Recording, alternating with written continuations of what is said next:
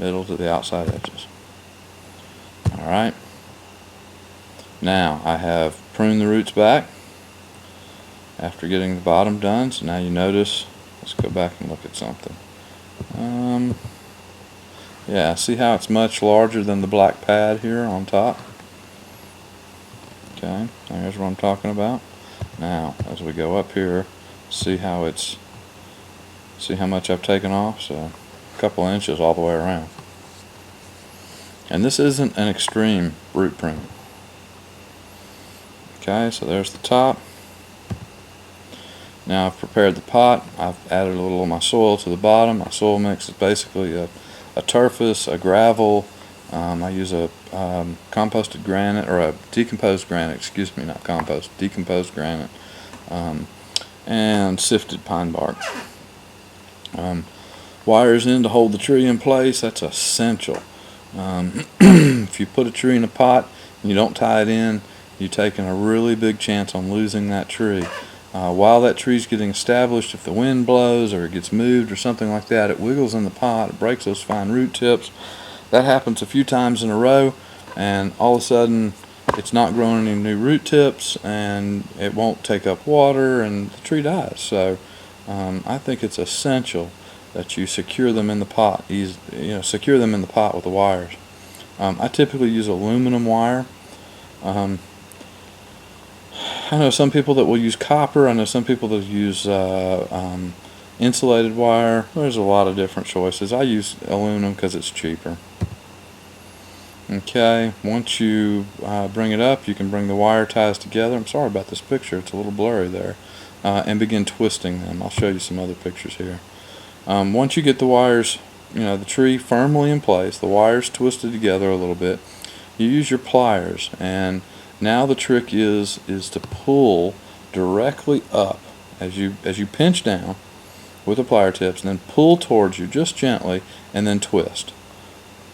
Okay, as you do that, you'll end up putting in 1, 2, 3, 4, 5, doesn't matter how many twists.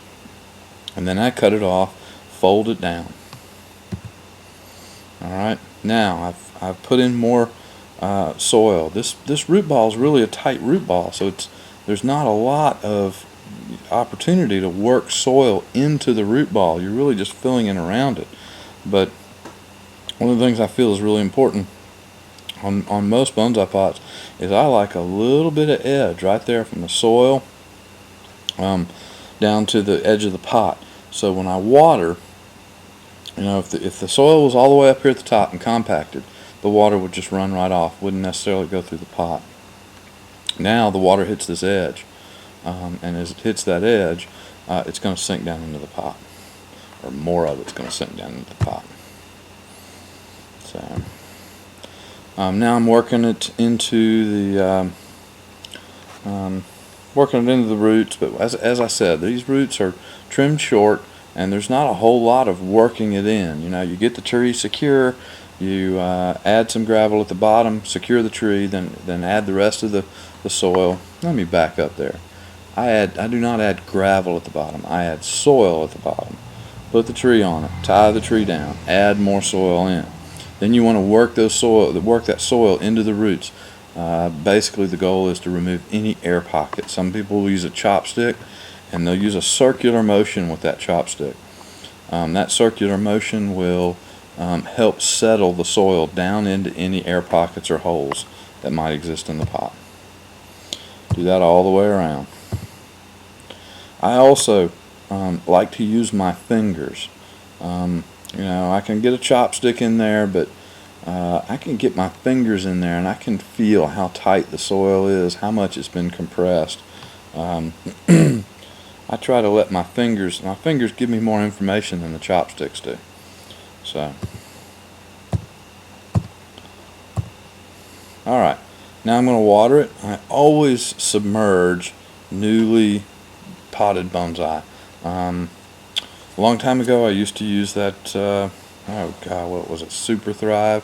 Now if I do anything, I typically don't put anything in the water, but if I do, and it really depends on what I'm doing, I might put a little bit of liquid fertilizer.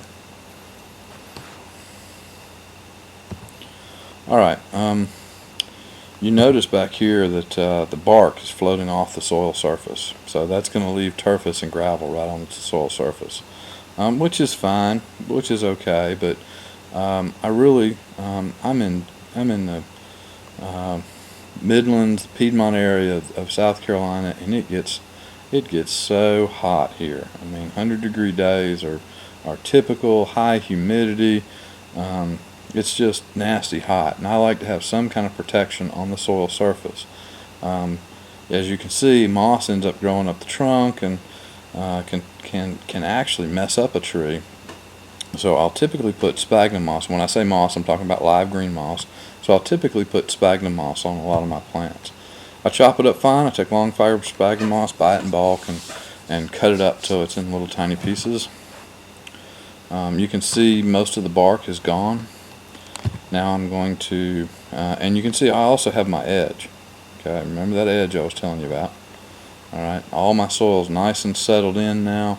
I often use a rubber hammer on the edge of the pot to bang the pot a couple of times to again settle the soil. Alright, now I loosely place the moss all the way around. And once I do this, once I get it all placed around, then I really pack it down with my fingers. Once I do this, it pretty much stays in place, keeps the soil from washing off. Also does a really good job of keeping the soil moist. I mean, dry bonsai soil in this heat will dry out really fast. Just new bonsai soil will dry out really fast, and this sphagnum moss helps me maintain a barrier for the moisture. Alright, so there's the tree. Ugly as it is, I promise you it looks better in person. Two-dimensional photography just sucks, but anyhow, that's a little lesson on repotting, or I won't say lesson, but maybe tutorial on repotting an established azalea. I have no clue how old this tree is, but the roots, the exposed roots, have so grown together, it has to be very old. So I would guess it's at least 40 or 50 years old. But who knows? It might not be that old. So, all right, enjoy.